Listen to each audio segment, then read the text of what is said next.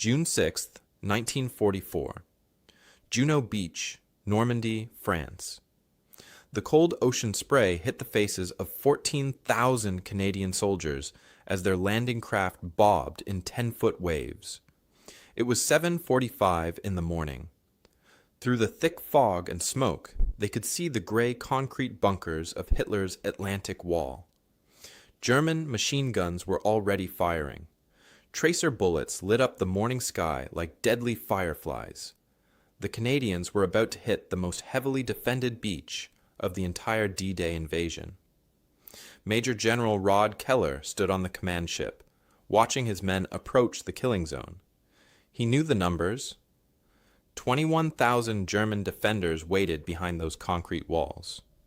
Mines covered the beach, barbed wire stretched in thick tangles. Artillery guns pointed straight at the waterline. Every expert said this would be a bloodbath, and Keller knew they might be right. 2 years earlier, the Canadians had tried to assault the French coast at a place called Dieppe. That operation followed all the rules.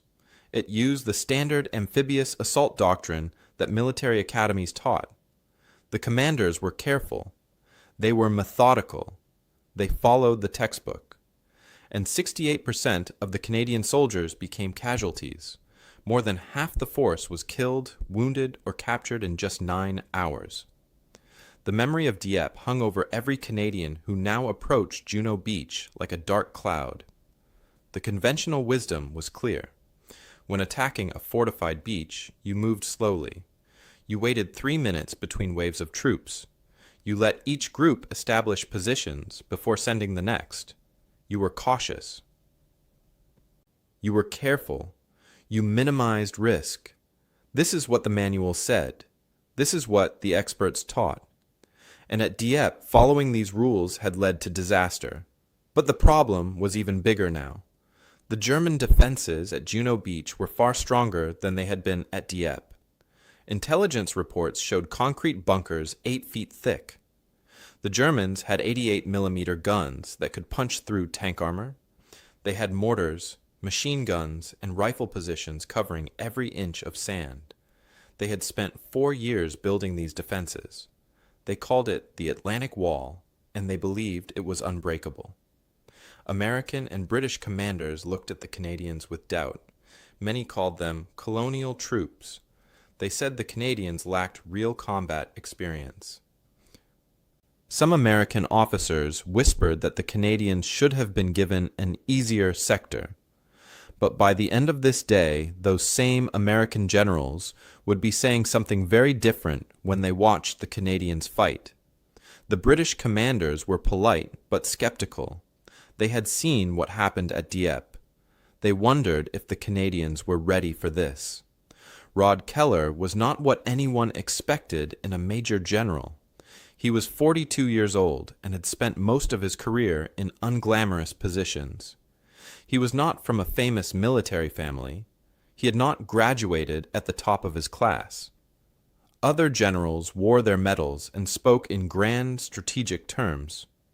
Keller was blunt, he was practical, and he had learned something from Dieppe that the textbooks did not teach. The problem, Keller realized, was not that the Canadians had been too aggressive at Dieppe.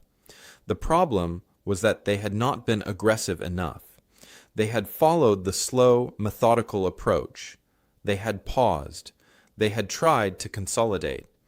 And while they paused, the Germans had cut them to pieces. The kill zone on a beach is not a place to be careful. It is a place to run through as fast as possible. Keller spent months studying the Dieppe disaster. He talked to survivors. He looked at the timing. He realized something that challenged everything the military establishment believed. The most dangerous place on a beach assault is not the waterline. It is the zone between the waterline and the enemy fortifications. That zone is where the Germans have perfect firing angles.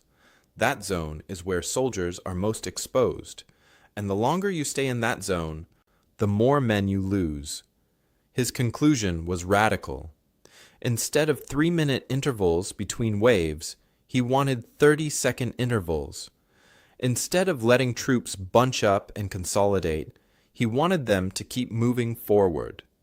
Instead of caution, he wanted speed. Instead of following doctrine, he wanted momentum. When Keller presented his plan to Allied headquarters, the response was immediate resistance. American advisors said it violated basic amphibious assault principles. British observers said it would cause chaos.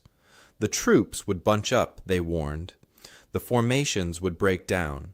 It would be a disaster worse than Dieppe. But Keller had one crucial supporter. Admiral Percy Nellis, the head of the Royal Canadian Navy, believed in the plan.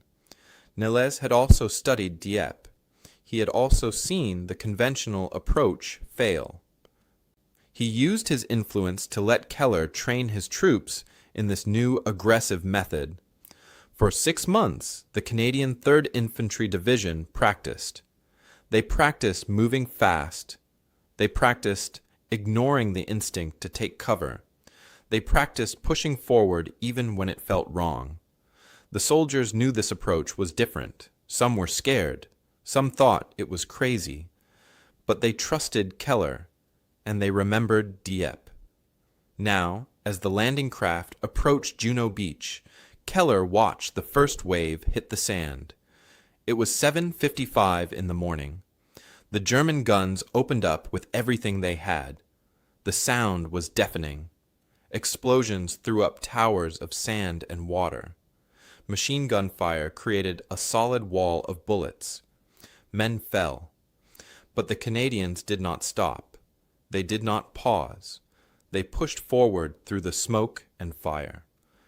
30 seconds later, the next wave hit the beach. Then another. Then another. Keller stood on the command ship and watched his theory become reality. Everything depended on the next few minutes.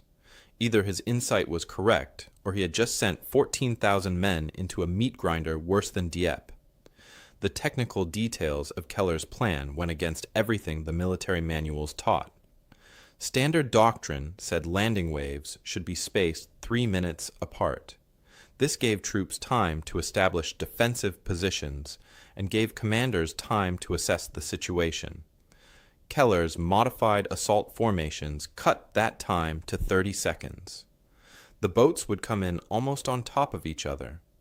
The beach would flood with men in one continuous stream instead of careful separated groups. On paper, it looked like madness. In practice, it would mean the Germans could not focus their fire on isolated groups of soldiers. The Canadians had another advantage that morning. They brought 80 specialized tanks called Hobart's Funnies. These were not regular tanks. Some had large rotating drums on the front that detonated mines. Others had huge bundles of logs they could drop into ditches to create bridges.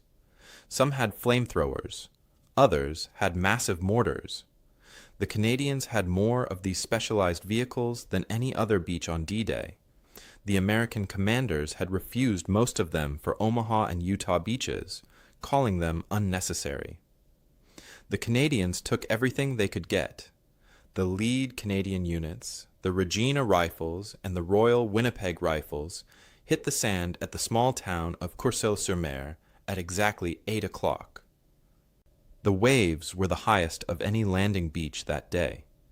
10-foot swells tossed the landing craft like toys. Several boats capsized before reaching shore. Men weighted down with 60 pounds of equipment struggled in the cold water. But those who made it to the beach did not stop. They ran forward. The specialized tanks rolled off their landing craft and immediately went to work. The mine-clearing tanks moved ahead, their drums spinning and exploding the buried mines. Behind them came the regular tanks, firing at the concrete bunkers. Then came the flamethrower tanks shooting streams of fire into the German positions. The infantry followed right behind, moving through the paths the tanks created. It was organized chaos, but it was working. At 8:15, just 30 minutes after the first landing, forward scouts sent back a stunning report. The Canadians had penetrated 2 miles inland. This was unheard of. At Omaha Beach, American troops were still pinned down at the waterline. At Utah Beach, the Americans had barely moved past the seawall. But the Canadians were already pushing into the French countryside. American military advisors watching from the command ships could not believe what they were seeing.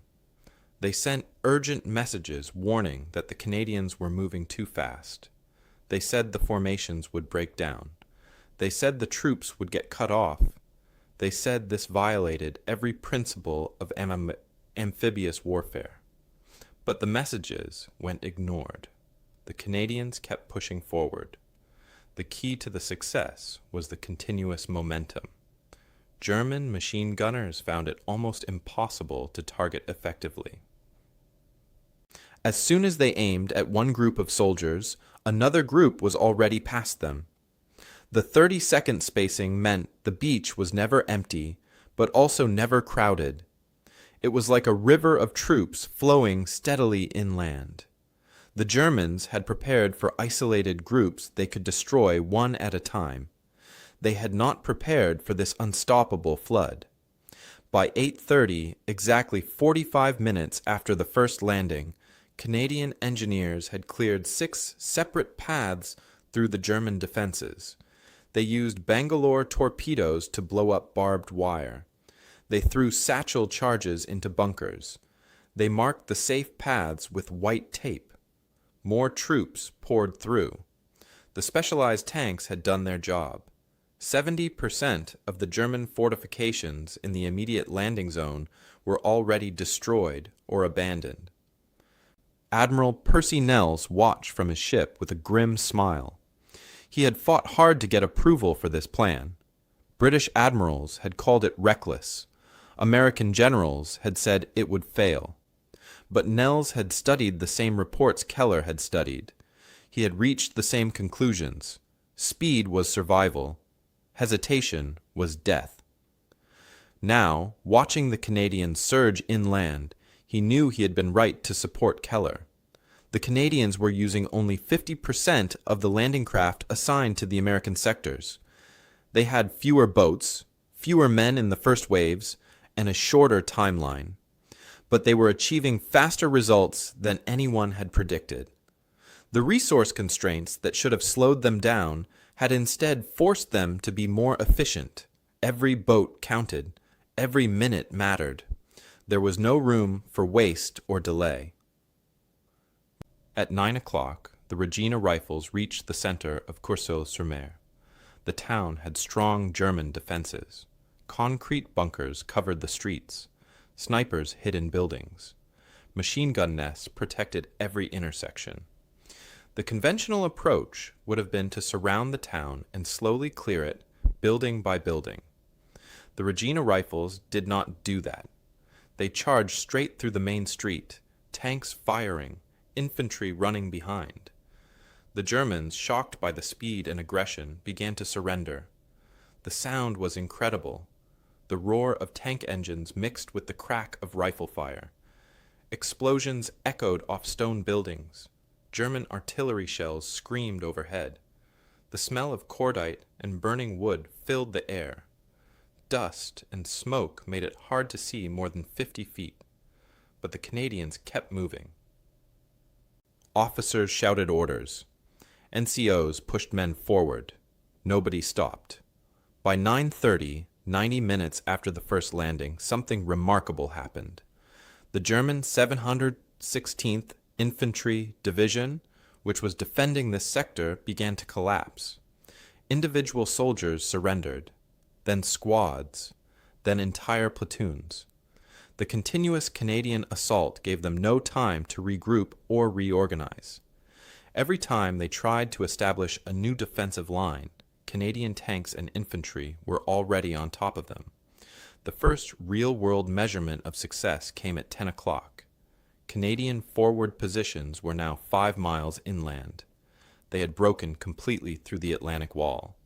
They had captured or destroyed more than 200 German fortifications, and their casualties, while significant, were running at about half of what the planners had predicted. The aggressive approach that everyone said would cause massive losses was actually saving lives.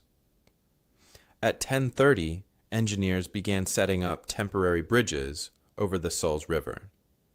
This river ran behind Juno Beach and was supposed to be a major obstacle. The Germans expected it to slow any Allied advance for at least a full day. The Canadians reached it in under 3 hours. The specialized bridge-laying tanks moved into position. Within 40 minutes, infantry and regular tanks were crossing. By 11 o'clock in the morning, 21,400 Canadian troops had landed on Juno Beach. The sector that was supposed to be the hardest had become a breakthrough point. The sector that American commanders had worried about was now advancing faster than any other Allied force, and watching from their command posts, American and British generals were starting to realize that maybe, just maybe, the Canadians knew something they did not. The statistics that came in throughout the day told an incredible story. Pre-invasion planners had predicted that Juno Beach would see casualty rates similar to Dieppe. They expected somewhere between 60 and 70% losses in the first wave. The actual numbers were drastically different. By noon, Canadian casualties were running at approximately half of what had been predicted, around 30 to 35%, instead of the expected 60 to 70%. Men were still dying. Men were still being wounded. War is never clean or easy. But the aggressive momentum that military experts said would cause a bloodbath was actually saving lives. The contrast with other beaches became clear as the day went on. At Omaha Beach, American forces were still struggling to move past the seawall at noon. They had advanced roughly 5 miles by the end of the day. At Utah Beach, the Americans pushed about 6 miles inland. At Gold and Sword Beaches, the British forces made good progress but stayed relatively close to the coast. The Canadians at Juno Beach advanced 9 miles inland by the time darkness fell. They had penetrated deeper into France than any other Allied force on D-Day. By 1 o'clock in the afternoon, the full scale of Canadian success was becoming apparent to everyone watching. American General Omar Bradley stood on the deck of the USS Augusta, his command ship, with binoculars pressed to his eyes. He was watching the Canadian sector. Bradley was one of the most experienced American commanders. He had planned operations in North Africa and Sicily. He knew amphibious warfare, and he was watching something he had never seen before. Bradley lowered his binoculars and turned to his staff officers. The scene he had just witnessed seemed impossible. Canadian troops were not just holding their beachhead. They were racing inland. Their tanks were already disappearing into the French countryside. Supply vehicles were moving freely on the beach. The Germans were retreating. Bradley shook his head slowly. He had been skeptical of the Canadian plan. He had thought their aggressive approach was naive. Now he was not so sure. One of Bradley's colonels, a man named James Rudder, spoke quietly. The exact words were later recorded in military documents. Rudder said to his staff, "The Canadians fight like they've got something to prove." It was meant as an observation, not an insult, but it touched on something important. The Canadians did have something to prove. They had been dismissed as colonial troops. They had suffered through Dieppe. They carried the weight of being underestimated, and that weight had transformed into fuel. The sounds of battle had changed by early afternoon. In the morning, the beach had been filled with the thunder of naval guns and the constant rattle of machine gun fire. Now, the heavy firing was moving inland. You could hear it in the distance, growing fainter. On the beach itself, the sounds were different. Bulldozers clearing obstacles, engineers shouting instructions, landing craft engines bringing in more supplies. The beach had transformed from a battlefield into a supply depot in less than 6 hours. The smell had changed too. The sharp, chemical smell of explosives was fading.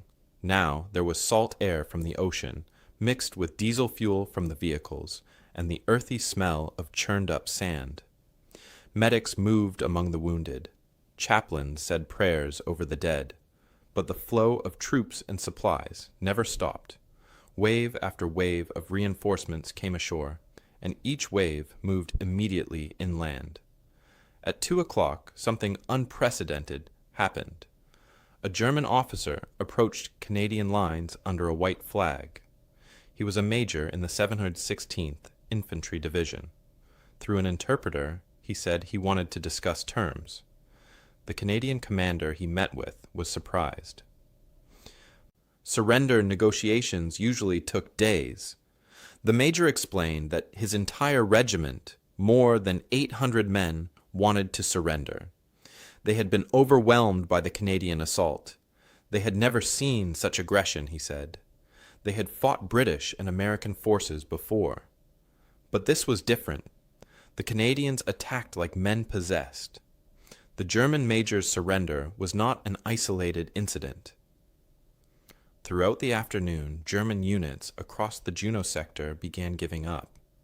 By 3 o'clock, more than 2,000 German soldiers had surrendered to Canadian forces. Entire defensive positions were being abandoned.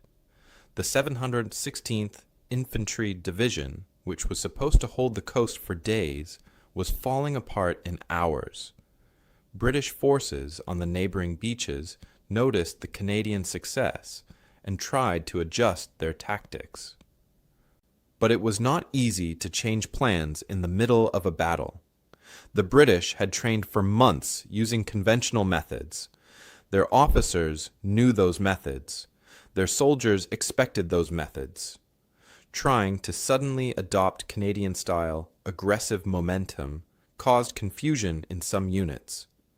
It worked better when British commanders simply told their troops to keep up with the Canadians pushing on their flanks. German commanders were desperately trying to counter the Canadian breakthrough.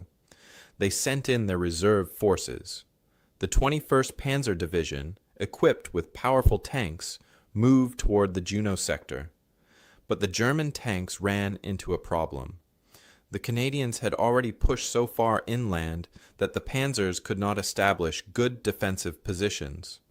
Instead of fighting from prepared locations, the Germans had to attack while moving. And moving attacks against dug-in infantry with tank support rarely went well. By 4 o'clock in the afternoon, 340 of the 574 fortified German positions in the Canadian sector had been neutralized. Some were destroyed by Canadian tanks or artillery. Some were captured by infantry assaults. Some were simply abandoned when German troops retreated. The Atlantic Wall, which Hitler had boasted was impregnable, had a 9-mile wide hole punched through it.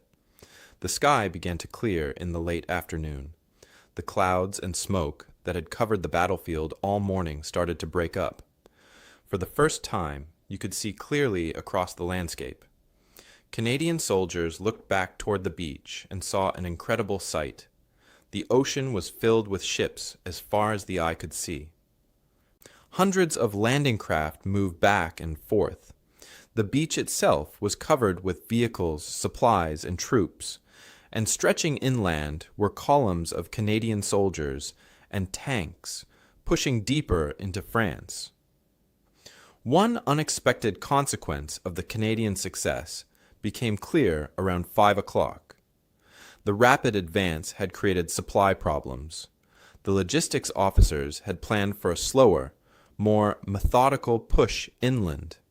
They expected troops to still be near the beach at the end of D-Day. Instead, forward Canadian units were 9 miles away. Getting ammunition, food, and medical supplies to them required quick adaptation. Trucks that were supposed to arrive the next day had to be pressed into service immediately. Supply lines that should have taken a week to establish had to be created in hours. Another unexpected result involved French civilians. The rapid Canadian advance meant they reached French towns and villages much faster than planned. In places like Courseulles-sur-Mer, Bernières-sur-Mer, and Saint-Aubin-sur-Mer, French people who had lived under German occupation for 4 years suddenly found themselves liberated on the very first day. They poured into the streets. They brought out hidden French flags. They offered wine and food to Canadian soldiers. The scenes of joy were not supposed to happen until days or weeks after D-Day, but the Canadian speed had changed the timeline. By 6 o'clock in the evening, the sun was getting lower in the sky. The long June day was finally winding down. Canadian soldiers began to dig in for the night. They had been fighting for more than 10 hours. They were exhausted. Many had not eaten since before dawn, but they held positions 9 miles from the beach. They had achieved something that military experts said was impossible. They had broken through the Atlantic Wall using methods that violated conventional doctrine. And in doing so, they had forced the entire Allied command to reconsider everything they thought they knew about amphibious warfare. The impact of what happened at Juno Beach did not end when the sun set on June 6, 1944. In the days and weeks that followed, military commanders across the Allied forces began to study what the Canadians had done. Staff officers requested detailed reports. Training instructors asked for tactical breakdowns. The aggressive momentum approach that had been dismissed as reckless before D-Day was now being examined as potential doctrine. Within 2 weeks of the landing, British units began incorporating elements of the Canadian tactics into their own operations. When the Allies pushed toward Caen, British commanders told their troops to maintain forward pressure. Do not pause to consolidate unless absolutely necessary, the orders said. Keep the Germans off balance. The lessons of Juno Beach were spreading through the Allied armies like ripples in a pond. American forces took longer to adapt, but they too began to change. By July 1944, American training manuals were being rewritten. The sections on amphibious assault were modified. The old guidance about 3-minute spacing between waves was questioned. New emphasis was placed on momentum and speed. Officers who had criticized the Canadian approach now studied it carefully. Some admitted they had been wrong. Others simply adopted the tactics without acknowledging where they came from. By August, as Allied forces broke out from Normandy and raced across France, the aggressive Canadian style of warfare had become common throughout the armies. Units that kept moving, that maintained pressure, that refused to let the enemy regroup, consistently performed better than units that followed the old cautious methods. The transformation was remarkable. What had been considered reckless in June was standard practice by September. The formal recognition of the Canadian tactics came in 1946. Military academies in both America and Britain updated their curriculum. Fort Benning in the United States and Sandhurst in England both began teaching what instructors called momentum doctrine.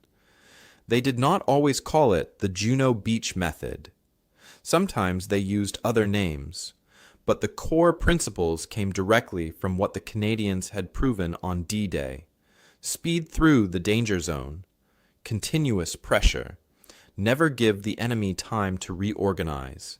Major General Rod Keller, the man who had developed and championed these tactics, did not live to see this recognition. On July 8, 1944, just over a month after D-Day, Keller was seriously wounded during the battle for Caen. A German artillery shell exploded near his command post. Shrapnel tore through his leg and back. He was evacuated to England and spent months in the hospital. His combat command was over. When Keller finally recovered enough to travel, he returned to Canada. The war in Europe was still raging, but Keller's fighting days were done. He was given administrative positions. He attended ceremonies. He gave speeches, but he was not leading troops anymore.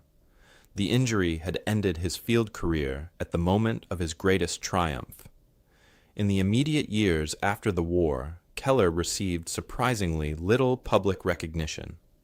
Canada celebrated its D-Day veterans, of course. There were parades and medals and monuments. But Keller himself faded into the background. He was not a charismatic speaker. He did not write memoirs. He did not seek publicity. Many Canadians knew the story of Juno Beach, but did not know the name of the general who had planned the tactics that made it successful.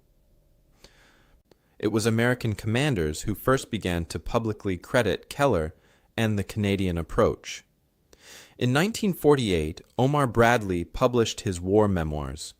In them, he devoted several pages to what he witnessed at Juno Beach.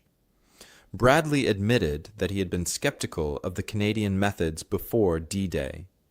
He described watching through binoculars as the Canadians advanced faster and farther than anyone expected.